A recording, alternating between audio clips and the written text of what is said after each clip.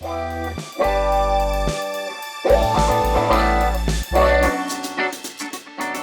everyone. Welcome to a very special edition of Coffee Break.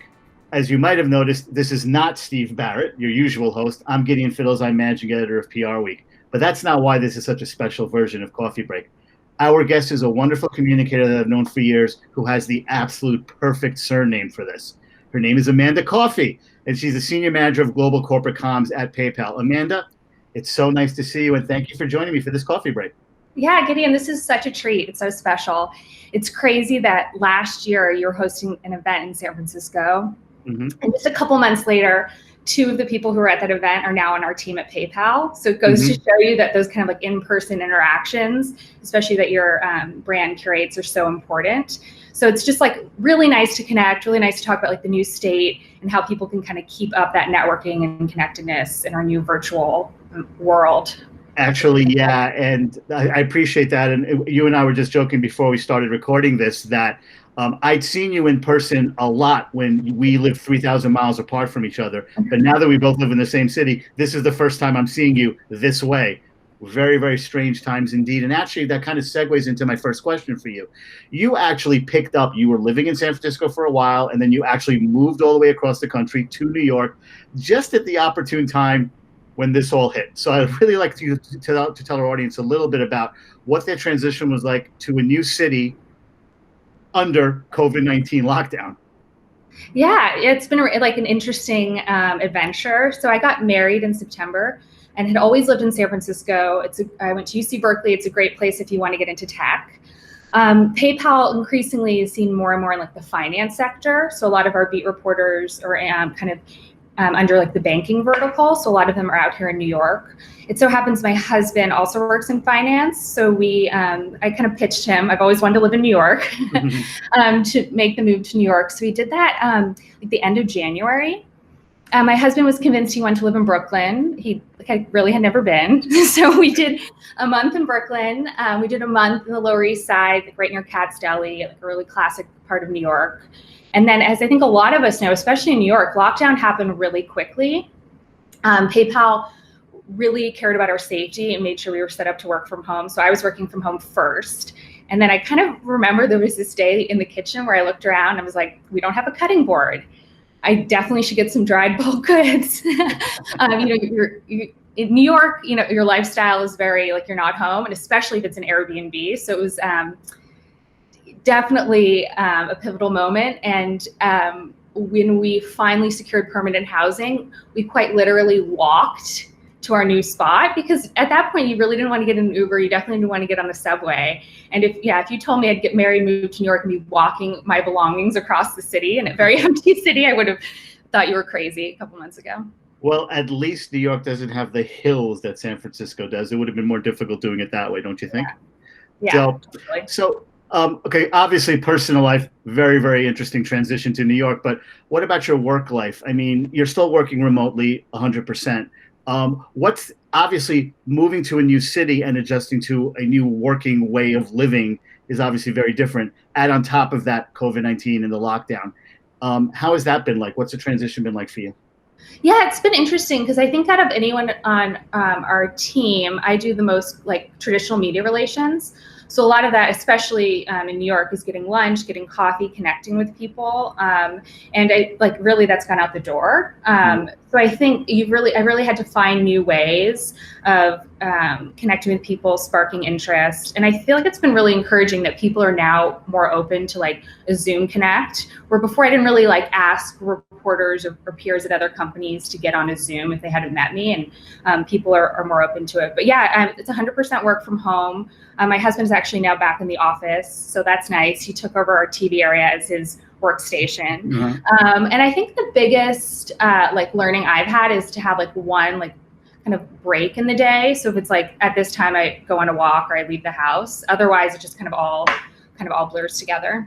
Yeah, I completely sympathize with that, as I imagine most of the people viewing this are. Now, talk a little bit about the PayPal comms function and the team. How has it been notably impacted by COVID-19? Yeah, so what's really nice is PayPal's always been very clear under our leadership that they put employees first. Our CEO took the pledge for no COVID-related layoffs, and our team's also increasingly global, which just is the nature of PayPal's business. So I have people on my direct team that sit in Berlin and Beijing and the UK. So they've passed along some wisdom, because they've also been in lockdown and have been like really encouraging of how to kind of stay positive and continue to be able to do your job. I mean, honestly, in the beginning when it was tough, we just tried to have a little fun. We had our first remote earnings, which was challenging because it's a lot of really high touch, like high risk activities. And then after we had like a meeting pop up, get on the meeting, it turned out to be a goat 2 meeting. I don't know if you've seen these where a goat joins your meeting and you like no. farm. Oh my. And I have to say, after like a stressful week, the fact that like your manager's like, let's have a meeting with a goat just to like lighten the mood. Like, that those sort of moments are like looking back at the pandemic, what I'm really gonna stick in my mind. And then we share stories of things that were hard. I mean, like, I know it got personal in the beginning, but my husband offered to clean the bathroom, clean the toilet. He did that, and then he managed to break the toilet in our New York apartment where we have one toilet. Oh my God. He works market hours, so his response is, when the market closes, I'll hop on a bike and go to Home Depot. And I'm like, this is when there were no coffee shops open. So like in the past where I might have kept things like that to myself, I think the team, like we're all in this together, we share those stories. And then on a more tactical approach, our team, the broader team, like within 24 hours, stood up this global newsroom with all our content and things related to COVID, which is so important because right now we're so focused on helping small business that there's like one place that we can point them to with all the resources. And then I'll talk about this a little more later, but it's just also like actually a really cool time to be in communications at PayPal because digital commerce is just so relevant. Early on in the pandemic, I had a reporter at like a top business publication call me, and she's a New Yorker, and she said, I was at the Union Square Farmers Market. She hadn't been there in a little while, but needed groceries. And her like kiosks or stalls that used to be cash only, are now, no, we no longer accept cash, and we actually don't want to pick up your credit card. We want touchless, and we don't let people, you have to bring your own pen if you want to sign the credit card. And we don't want people touching the iPads. So I think like a lot of people really resonate with how just like the world has changed, how people want to shop not only online, but even in store. Like we used to not pause about pulling out a credit card or using cash as much. And now people really put like hygiene and safety and distancing first. So it's been a fun time to try to tell that story and help our small businesses who need help. Matt, I really do appreciate that. And actually, I know that there's something else that you guys recently introduced, which is a really wonderful program that I want to give you a chance to talk about.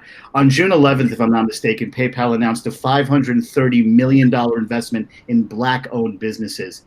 I really want to give you the floor to talk about that. Clearly a very important move on your company's part, especially given the other major issue that's going on right now with racial injustice. So talk a little bit about that program. Yeah, totally. So we've kind of had a couple really big moments in time that have made me really proud to work on the team. Even before that commitment, PayPal was one of the first non-banks to be in the Payment Protection Program.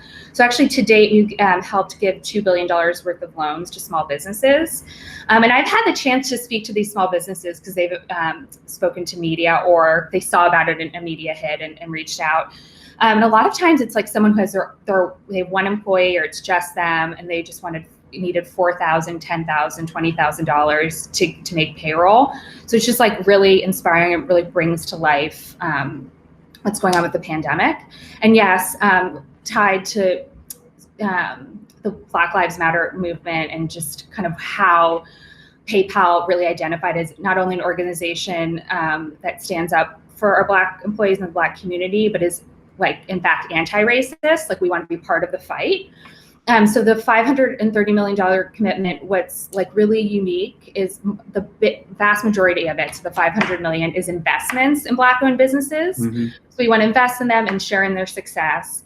And then the rest of the 30 million is some loans that were deployed immediately for businesses that really needed it. And then some funds that are actually within like our employee community, saying, you know, what's best in like our global offices and how you can help the local community and organizations. So that was just like a really like cool moment. And one thing that I think was unique and different is our leadership took a pause and spoke to our Black employees and listened to them and kind of understood where they thought we could have the most impact before they rolled it out. As someone who works on social media, a lot of times as a communications person, they're like, get it up right away. And it's like, no, for this one, the leadership team is like extremely thoughtful and found a way that they can involve employees and have the biggest impact. You know, actually, I'm really glad you were talking about your leadership team, because that segues into the next question I wanted to ask you about. Obviously, employees are always looking to their CEOs and their C-suites to lead at all times. Clearly now, that's more important than ever. Please talk a little bit about how Dan Schulman, who's widely seen as, you know, a very strong, you know, employee-focused CEO, talk a little bit about how his leadership has evolved during these last few months of unprecedented challenge. Yeah, well, what's really great is Dan is known for having a track record of being a values-driven leader, even before he came to PayPal. And it's always like really clear because he says, you know, these are our values and we'll always act on them. And I feel like now more than ever that's coming to life. But I think the biggest like kind of focus is putting employees first. Late last year, around the time like we met, we had an announcement that kind of feels like the first part of this, where we surveyed our employees globally around their financial health. So PayPal's mission is to democratize financial services and make sure that people can like leverage technology. So for example, in the US, a lot of people spend 10% of their disposable income on fees, like when they're cashing checks, and that's just not right. Like people should be spending that on food, on their family. So Dan led this project where he surveyed employees and found a lot of them, even though they were making top dollar in their market, were still struggling to make ends meet. Mm. So he said that's not right. In the same way, like he fixed equal pay and fixed diversity on our board, made sure like overnight that we had a program in place to make sure that employees were financially sound. So now all employees are shareholders in the company. They have stock. They have like a special resources to health education, which is amazing because we could all use more resources to manage our money. And then their healthcare was in many cases lessened. So that was like less of a burden. And I actually got to go to Omaha and hear from some of these employees. That's where one of our operations centers are. And it was just so inspiring to hear how like they're having a company care about them really just made them proud to be an employee and really had an impact on their family's financial future. Thinking ahead like when their kids go to college. So I think like similar to that program, now it's just values first, what's best for the company. And it's as a communications professional, it's great because they're not afraid to speak out and really want to lean into more channels. We're launching third season of Dan's podcast in July, and a lot of it will speak on these topics because they're so front and center of empowering the Black community and like how the world has changed since COVID. And then Dan recently launched on Instagram, and we've had a great success on LinkedIn across a lot of our executives. People want to hear directly from leadership. Wow, that's really good. You know, like I said, you and I have known each other for a little while now. I'm really, really pleased to see how well things are going at PayPal and how well you're adjusted. Obviously, like you said before, you're married less than a year. You picked an interesting time to get married, but I very much appreciate the lesson that you and your husband just gave to all husbands out there. If your wife tells you to try to fix the toilet, don't do it. Nothing good can come of it. And I'm going to make sure my wife knows that too. So knowing that I would have someone with the surname of Coffee on this coffee break, the last question I'm going to ask you is this. I just have to. I'm sorry. What is your favorite flavor of coffee? Not brand. I'm not going to ask you to do that. What is your favorite flavor of coffee? So I'm pretty simple. I'm a drip coffee girl. For our wedding, we did get one of those coffee makers that grinds the coffee for you and like tells you how much to put in, which is helpful. And then I wish I could say it was like so cool that I drink black coffee, but I do put some milk in it. But I think coffee's been fun because, like, being new to New York, there's a lot of things like I can't experience because they're not open. And you know, I like to shop on e-commerce like everyone, but coffee's been one I've like gone out to local coffee shops and just bought the beans to like discover them.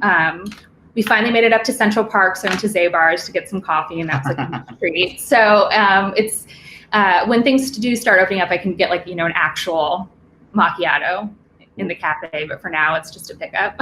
Well, I really, really look forward to that. And you and I definitely still have to have lunch or dinner one of these days. We were supposed to do that when you moved here, and then of course COVID-19 had other ideas. But I am really, really thrilled that you and I got the chance to connect this way. And again, you will forever be my favorite coffee break guest. So thank you so much for joining me, Amanda. And I want to thank everyone else out there for joining us as well. I hope you had a great 4th of July weekend. And Steve, we'll be back in this seat next week with another great version of Coffee Break. But until then, hope you all have a great day, and thanks for joining us.